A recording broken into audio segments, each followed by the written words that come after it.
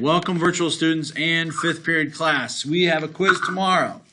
Virtual students, make sure you reach out to me and I will get it to you via email. There's the triangle. Now they want us to use the sine law. Okay, if you can do these two problems, number 3 and number 5, you're going to be okay for the quiz tomorrow. All right, so they want us to use the sine law. What page is this, by the way, 768? Okay, 768, number 3. Here we go. The original sine law is this: the sine of the angle over the opposite side, the sine of another angle over the opposite side, and the sine of the third angle over the opposite side. Angle, angle, angle over op side, op side, op side. You've got to know that. You've got to be able to apply it. As we apply it now to this picture, we would go the sine of 110 to the opposite side of 20. And that's equal to the sine of n to 8. Do not write this down, but I do not want to use the sine of m over m. Why not? Somebody want to answer in class? Carson. There's two unknowns. We don't know what this is and we don't know what this is. Rule those out. Here we don't know what this is, but we do know what this is. So we have 3 of the 4 pieces of a proportion, which is what we need. Does that make sense? You can nod your head. Yes, that makes sense. Okay, good. Cross multiply and solve. 8 times the sine of 110 is equal to 20 times the sine of n. Our unknown is here. I like to put a box around it. We're multiplying that by 20. To undo a multiplication, we divide. Whatever I do to one side of the equation to keep it balanced, I have to do to the other side. Balanced. Keep it balanced. Okay, we good? Now, this is going to be the sine of n, and I have a fraction. That's all that is. Let's not make it more than that. It's just a fraction. It's kind of a complex fraction, but it's just a fraction. So let's take a look at the calculator screen and simplify. 8 times the sine of 110 equals, divided by 20 equals. So here's the only issue we have now, is we have to take the inverse, because any time that I'm looking for the measure of an angle, I have to use the inverse. Special button. Questions on that? Don't forget. Now, I could write that decimal down, or I could save myself a step and just go second sine of the angle. That decimal gives me the angle. 22.1 then is equal, not congruent to, approximately equal to angle n. All right, so let's, okay, Lydia, I'm going to take a long way around.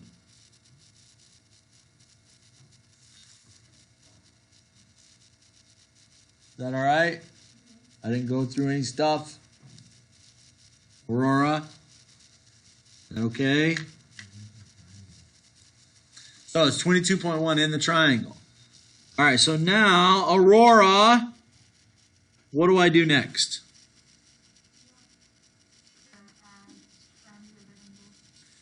We add those two angles together, and to find the other angle, she is absolutely correct. That is 132.1. So then I take 180 minus 132.1. Aurora, what do you get?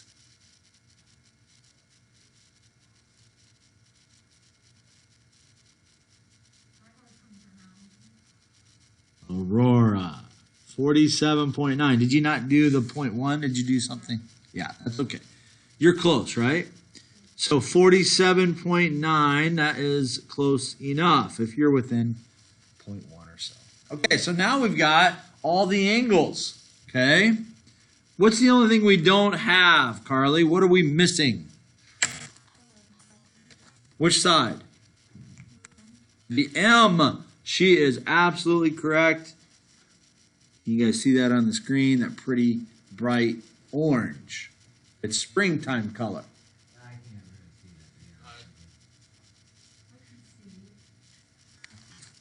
that. It just looks like a splash of orange. I can't tell what. That splotch is M. Okay. Okay? It's a Cheeto smudge. It's a cheddar goldfish smudge. That's what it is. You guys hungry? Yep, time for lunch. Okay, well, we won't use that pen. I haven't ate lunch since Friday. Okay, so now we use the sine law. So we're going to go back. So we got to find that. So we got to use the angle that's opposite that. So 47.9, which is the one we just found, over lowercase m, which is the side opposite. And then that's equal to, it does not matter which one I use. I'm going to use the 110 because it's not a decimal. Over 20. So there's the sine law again. And let's solve. Okay, so cross multiply 20 times sine of 47.9 equals m times the sine of 110. Divide by the sine of 110. And we end up with m is equal to, calculate, 20 times the sine of 1, let's start again. 20 times the sine of 47.9 equals divided by the sine of 110. 15.8 is the final measure that we are looking. Oh, we wrap it around. Got it. Riley, any questions? Can you do number 3? Tomorrow on a quiz. Okay, good. Let's take a look at number 5. We'll go a little quicker on number 5. All right, so number 5 gives us the given triangle. Poff, get ready. I'm asking you a question here just a little bit. You better be ready. X, Y, Z, 40, 59, 14. Poff, what do we do first?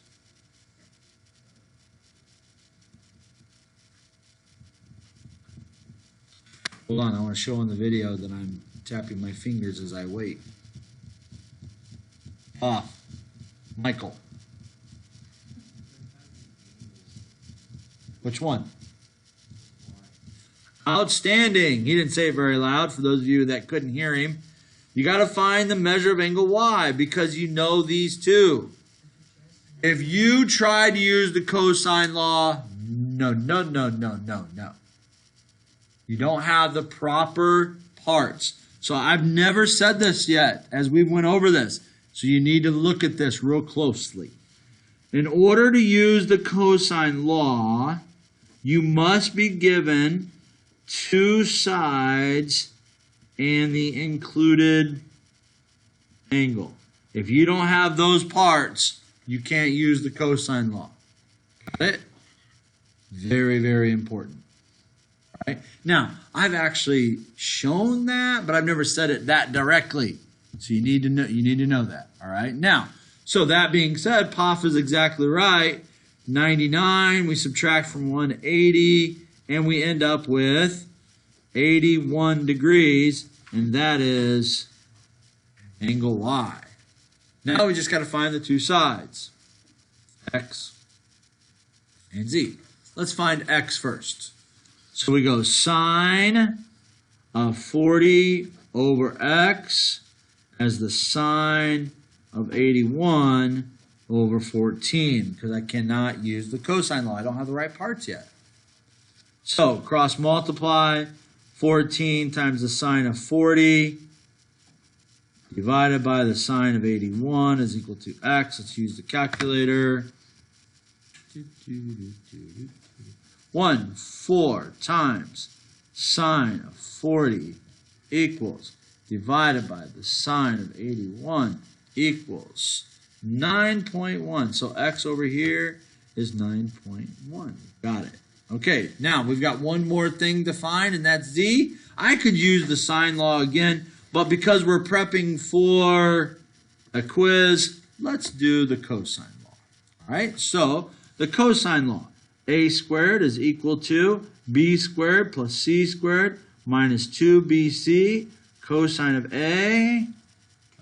We will review it tomorrow before the quiz. All right, so that in this case would be z squared is equal to 14 squared plus 9.1 squared minus 2 times 14, 9.1.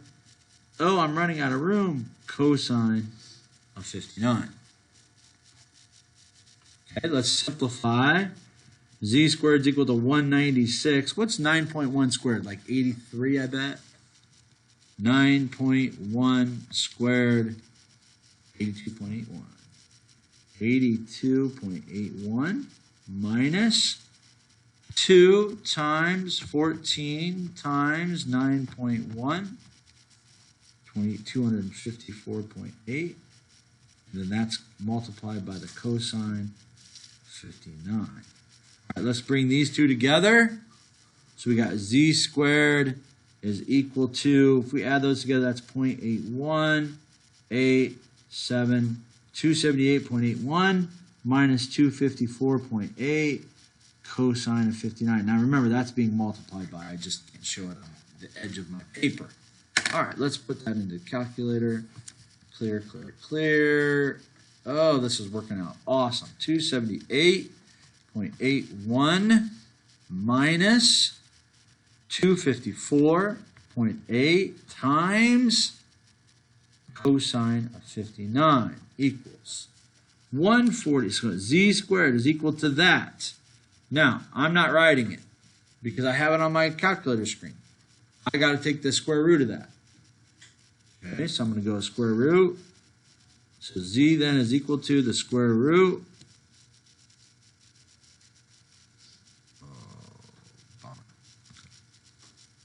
So the second of the answer, and we get 12.1. So do we have all 6 parts? Yes, we do. 0.1, 9.1, 14, 81. Blah, blah, blah. Got it? Cosine law tomorrow, sine law tomorrow. Any questions before I turn the video off that might be good for everybody? Lydia? No? Got it? I know you guys got a big tennis match tonight, possibly our track meet. You should be ready. If you got this, understood. This is all you need for track. All right, we good? All right, virtual students, any questions? Send me an email.